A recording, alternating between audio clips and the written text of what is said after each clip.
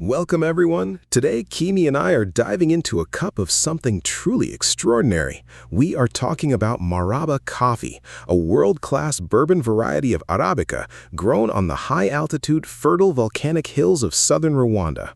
Yes, Hari, and let me tell you, this isn't just your average morning brew. It is a coffee with a profound story of resilience, agricultural science, and global partnership.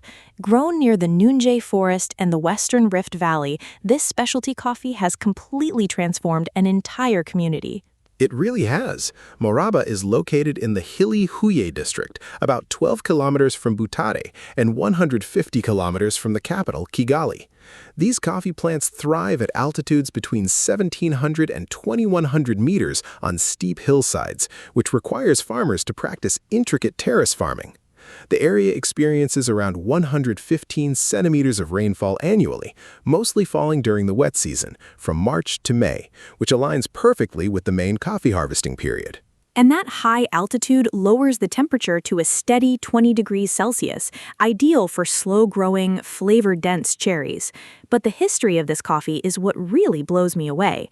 Prior to 1999, Rwandan coffee was classed below grade C, making it virtually unsellable on global specialty markets. Global buyers paid a meager 33 cents per kilogram, keeping farmers in deep poverty because they simply lacked the infrastructure to wash and prepare their coffee cherries quickly enough. Absolutely, it was a cycle of poverty. But in 1999, 220 coffee growers formed an association in the Maraba district to tackle this. Many of these brave farmers had lost family members in the 1994 genocide, while others had husbands in prison awaiting trial in the traditional Gacaca courts. They named their group Abahuza Mugambi, a Kinyarwanda word meaning people who work together to achieve a goal. They wanted to bypass exploitative intermediaries and sell directly to exporters. That solidarity is incredible. In 2000, the local mayor reached out to the National University of Rwanda, which helped launch the PEER project in 2001. Supported by USAID, Michigan State, and Texas A&M, PEER worked directly with the cooperative to target the high-paying U.S. specialty market. But to do that, they desperately needed a modern washing station. Right, because if you do not remove the sticky, sugar-rich outer coating within 12 hours of picking, the bean ferments and ruins the flavor profile. They built their first station in 2001 in Siarumbo.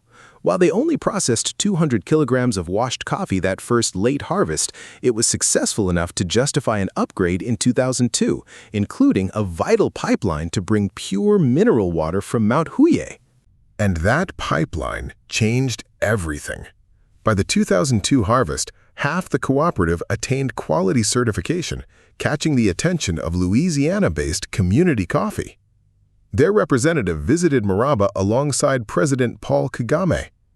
Community bought 18,000 kilograms of Maraba beans at a premium price of $3 per kilo, marking the very first direct contract between an American roaster and an African coffee cooperative. That is historical.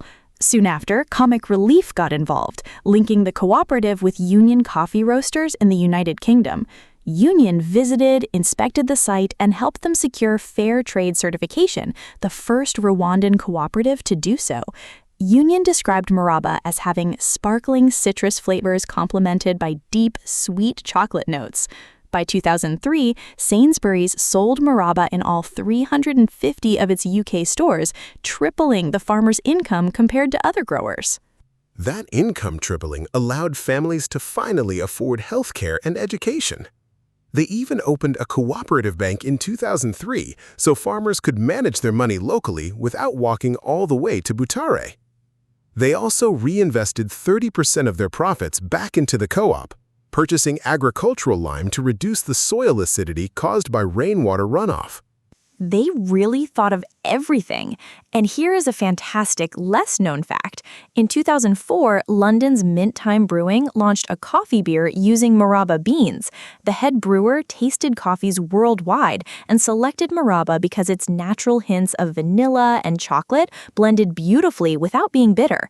It actually won a gold medal at the 2006 World Beer Cup, although it later lost its fair trade status when they bumped the alcohol up to 6%. I would love to try that beer. The cooperative continued to grow rapidly, building additional washing stations in Kabuye, Sovu, and Kibingo.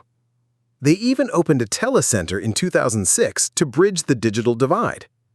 USAID remained active through the Spread program, which worked with OCI Cafe to identify regional taste profiles and pursue a designation of origin certification specifically for Maraba.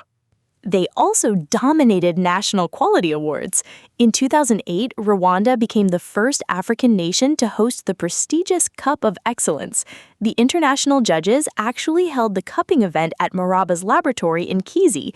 3 of Maraba's farms won awards, a success they repeated every single year they entered, all the way through 2018.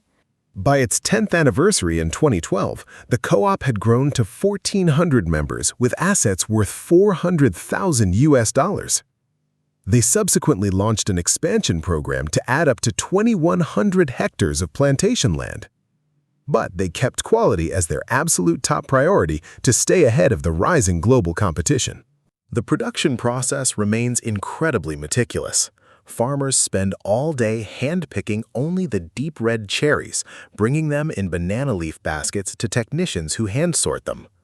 After skin removal, a vibrating colander separates grade A and grade B beans. They ferment in water tanks, dry on shaded racks, and undergo a 2-week sun-drying process until their moisture drops to exactly 12%. Finally, at the Kizi Technical Center, experienced women hand-sort the beans one last time before bagging. Today, the cooperative produces between 115 and 192 tons of green, Fairtrade, and organic certified specialty Arabica bourbon coffee annually. What an inspiring story of community triumph. We hope you enjoyed learning about Maraba coffee today. Until next time, happy brewing and goodbye. This episode is based on the Wikipedia article Maraba Coffee, which is available under the Creative Commons Attribution Share-alike license. This podcast was crafted using artificial intelligence.